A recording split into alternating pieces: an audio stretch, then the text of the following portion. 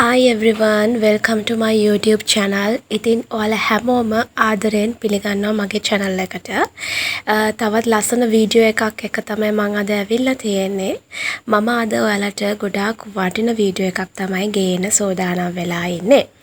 ඉතින් අද මම කතා කරන්න සෝදානම් වෙලා ඉන්නේ කොහොමද budget plan එකක් යටතේ පොඩිවට ලස්සනට පොඩි budget එකකින් wedding එකක් ගන්න කියන දේ. ඉතින් මේ කාරණා ගැන ඔයත් සැලකිලිමත් වුණොත් ඔයාටත් ලස්සන වෙඩින් එකක් ගන්න පුළුවන්. ඒ වෙඩින් එක ඉතාමත් සුළු මුදලකින් ඔයාට කරගන්න පුළුවන්. එහෙනම් අපි ඉක්මනට යමු වීඩියෝ එකට. ඊට කලින් කියනවා මගේ channel එක subscribe කරන්න. ඒ වගේම bell icon එකත් click කරලා තියාගන්න. මම වීඩියෝ එකක් දාපු සැනින් ඔයාට බලන්න පුළුවන්. එහෙනම් අපි යමු වීඩියෝ එකට. මුලින් අපි වෙඩින් එකක් ගද්දී අපි මුලින්ම කරන්න ඕන දේ තමයි මුලින්ම ඩේට් එකක් අපි ෆික්ස් කරගන්න ඕනේ. අපි කවද්ද වෙඩින් එක ගන්න කියන දේ. ඉතින් ඔයාලගේ හඳහන්නේ දේවල් බලලා ඔයාලා දෙන්නට ගැළපෙනම ඩේට් එක ළඟ ඩේට් එක දාගෙන අපිට කන්ෆර්ම් කරගන්න පුළුවන් මෙන්න මේ දවසේ තමයි අපි වෙඩින් එක ගන්න කියලා. ඊළඟ කාරණය තමයි ඩේට් එක ෆික්ස් කරගත්තට පස්සේ අපි හොටෙල් එකක් බලන්න ඕනේ. මොකද අපි හොටෙල්ස් වලට ගියාම එයාලා මුලින්ම අහන්නේ ඩේට් එක කවද්ද කියන එක. හින්දා ඒ නිසා ඩේට් එක ෆික්ස් වුණාට පස්සේ අපි හොටෙල් එකක් බලන්න ඕනේ. හොටෙල් එකක් බලද්දී ඔයාලා මතක තියාගන්න ගොඩක් ඔය පැකේජස් වලට යනවා හොටෙල්ස් තියෙනවා. එයාලගේ වෙල්කම් එක ඒ වගේම DJ එක flower decorations පෝරුව සෙටි බැග් මේ හැම දෙයක්ම එයාලා ඒ පැකේජ් එකට ලබා දෙනවා.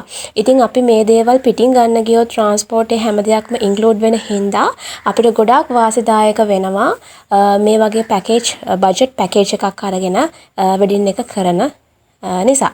ඒ නිසා ඔය ගොඩාක් සැලකිලිමත් වෙන්න මේ වගේ මේ වෙඩින් එකක් ගන්න යද්දී hotels බලද්දී එයාලගේ මේ වගේ පැකේජ් ලබා දෙනවද කියලා හොඳට බලන්න. ඊළඟ දේ තමයි photographer and video කියන්නේ. ඉතින් මේ දවස්වල videos නම් ගොඩාක් කරනවා අඩුයි මම දන්න විදිහට. photos නම් album එකක් වගේ තියාගන්න ගොඩක් අය කැමැත්තෙන් ඉන්නවා.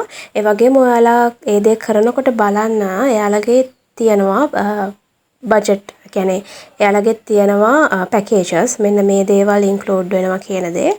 ඒ වගේම දැන් ගොඩක් අය ඔය free shoot කියන දේවලුත් අයින් කරලා තියෙනවා වැඩක් නැහැ කියලා. ඉතින් ගොඩාක්ම ඔයාලගේ අතේ තියෙන විදිහට මම නම් කියන්නේ ගොඩක් දේවල් නැතුව ෆොටෝස් ටිකක් ලස්සනට අපිට අපේ වෙඩින් ඇල්බම් එකට ඉන්ක්ලූඩ් කරගන්න පුළුවන් වුණා නම් ඒක ගොඩාක් වටිනවා. ඒ වගේම අපේ බජට් එකටත් ගොඩාක් හොඳ වෙනවා.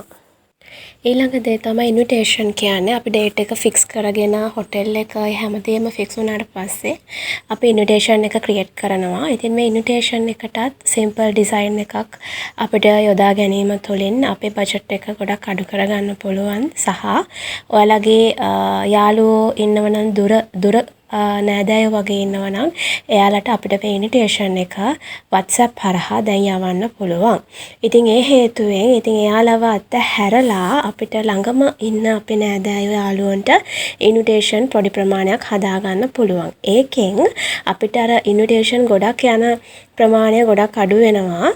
අපිට එතකොට පොඩ්ඩක් තමයි අවශ්‍ය වෙන්නේ ළඟ පහත ඉන්න නෑදෑයන්ට මිතුරන්ට දෙන්න. ඉතින්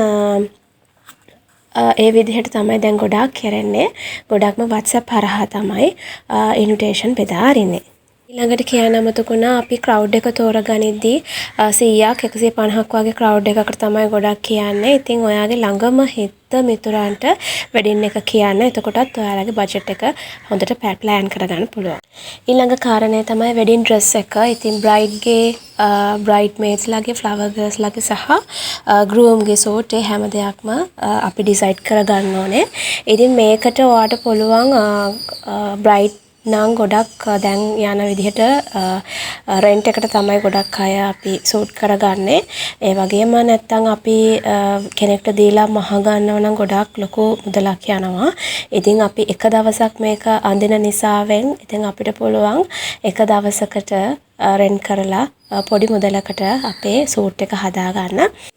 ඊළඟට සැලොන් එකක් තෝරා ගැනීම. ඉතින් මේ සැලොන් එකක් තෝරා ගැනීමේදී අනිවාර්යෙන් බලන්න Facebook එකේ කොහොමද එයාලගේ රිවිව්ස් කියලා. එයාලා කලින් හොඳට වැඩ කරලා තියෙන කෙනෙක්ද කියලා බලන්න. ඒ වගේම ගොඩක් ජනප්‍රිය අයට වැඩිය දැන් අද කාලේ ගොඩක් ලාබාලය ඉන්නවා ලස්සනට වැඩේ කරන.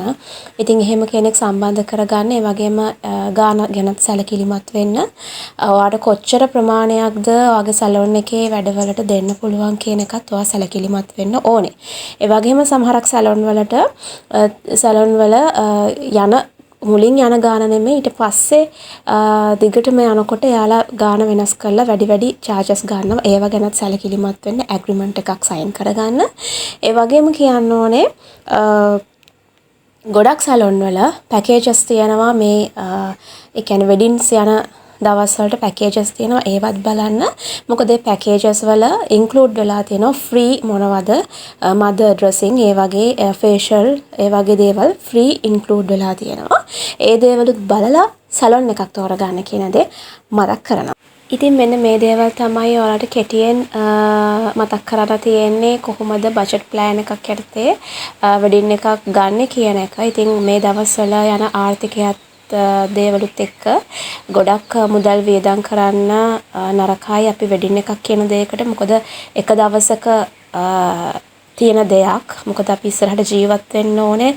සමහරක් අය ලෝන් දාලා වෙඩින් ගන්නවා. ඉතින් එහෙම වැඩක් නැහැ. තමන්ගේ අතේ තියෙන ගානට අපි ලස්සන පොඩි වෙඩින් එකක් ගත්තාම ඇති. ඉතින් මෙන්න මේ විදිහට තමයි මම කාරණා එකතු කරේ. තව දේවල් මේකට එකතු කරන්න තියෙනවා. මොකද පුළුල් මාතෘකාවක් මේ වෙඩින් ප්ලෑනින් කියන්නේ. ඉතින් ඉස්සරහටත් මම මේ වගේ වීඩියෝස් ගැන බලාපොරොත්තු වෙනවා. මතක් කරලා මගේ channel එක subscribe කරන්න. ඒ වගේම bell icon එකත් click කරලා තියාගන්න. දිගටම මේ වගේ වීඩියෝස් මම ගේන්න බලාපොරොත්තු වෙනවා. එහෙනම් අදට ගිහින් එන්නම්. ඔයාලා හැමෝටම සුබ දවසක්.